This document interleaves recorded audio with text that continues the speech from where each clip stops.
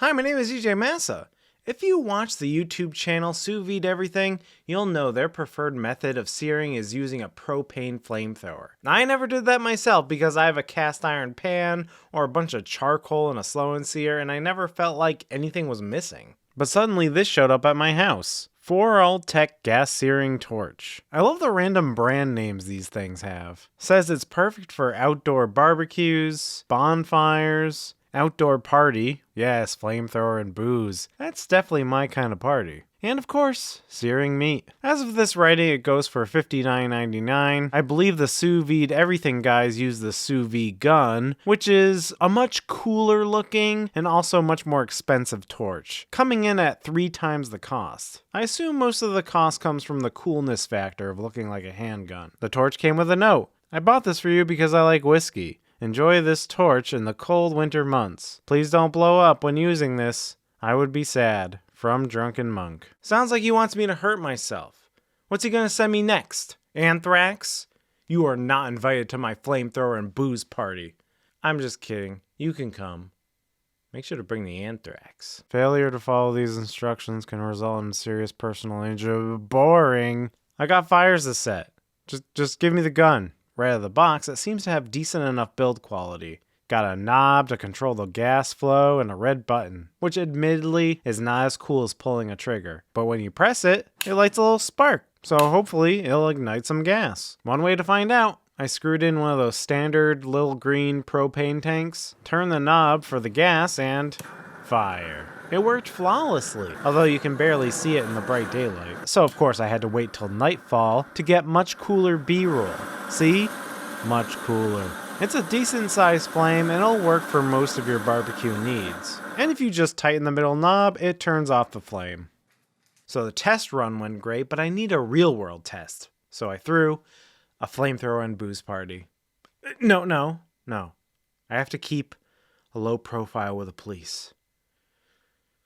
So I got these thick-cut ribeye steaks from my local butcher shop. These are choice-grade steaks, but they look super good. I seasoned them with my all-purpose rub, a salt, pepper, garlic rub, and you can get the recipe in the description below. Seasoned all sides, and put them in my fridge for a few hours to dry brine.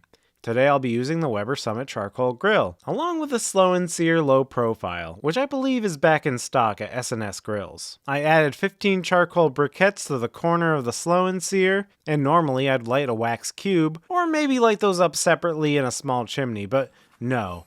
I have a freaking flamethrower now, so turned it on and let her rip. And after about 2 minutes, they were ashed over and ready to go. Not a bad time save. Filled in the rest of the reservoir with charcoal and let that come up to temperature, aiming for a pit temp of around 250 degrees Fahrenheit. I added a smoker tube of Jack Daniel's barrel wood chips, mostly because I love oak smoke with my steaks. My thick steaks are ready for the pit, and I'll be monitoring the internal temp closely so I get perfect doneness. A little over an hour later, and the internal temperature is 130 degrees Fahrenheit, a nice medium rare, and they actually look pretty good. I was really hoping I could do the Sous Vide Everything tagline and say, I know they don't look good right now, but watch this. Oh well. But I can say this. Let's do it. Let's do it.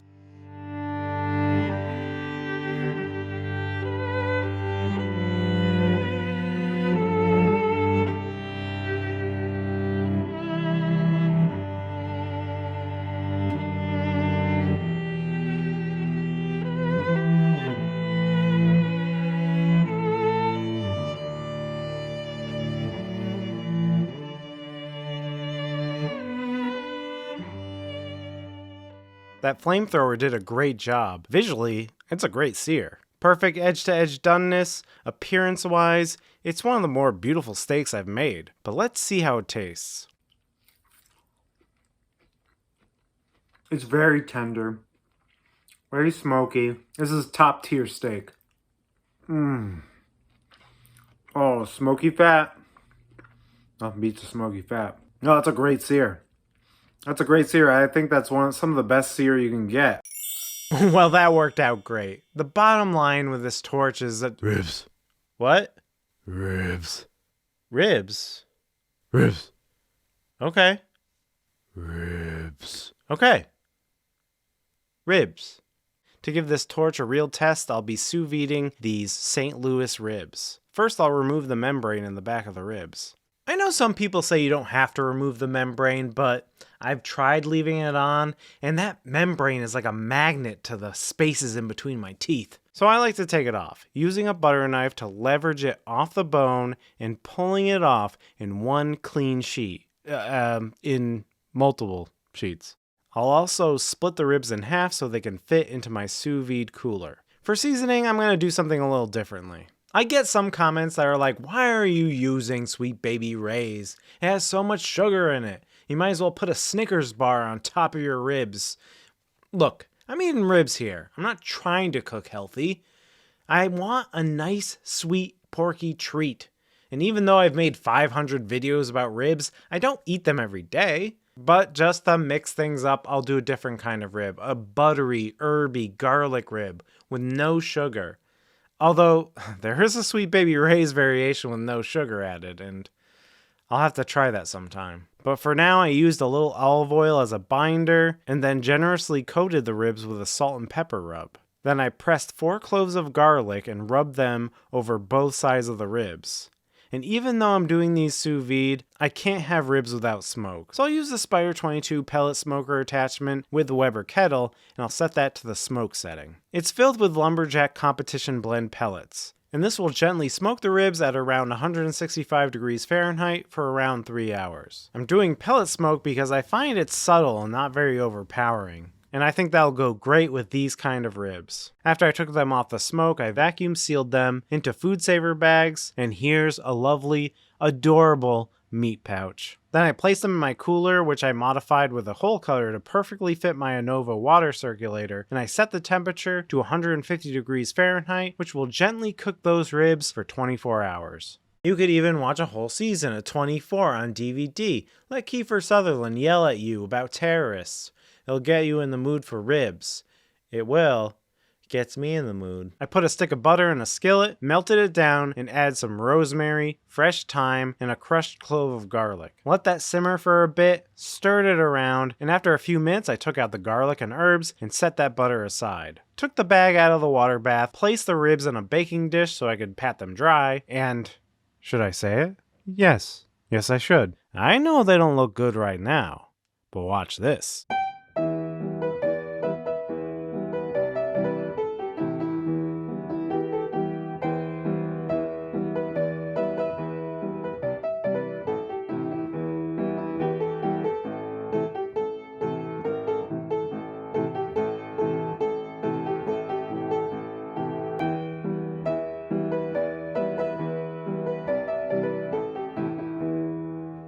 These ribs look perfect. They feel tender but not mushy, have a great sear, and a beautiful, deep smoke ring. They smell very herby, very garlicky, super tender, like perfect bite.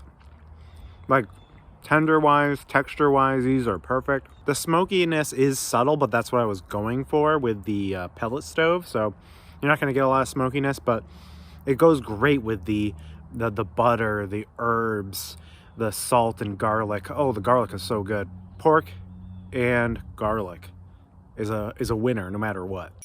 A few commenters on a previous video recommended smoking before doing the sous vide, and I completely agree. Comes out much better. Even just aesthetically. The hybrid method I find works great for parties where you have to get all the ribs done at the same time, and you want them to all be the same tenderness. So the 4ALLTech gas searing torch worked pretty great. It seemed constructed well enough. It's cheap, but it does make fire that can sear.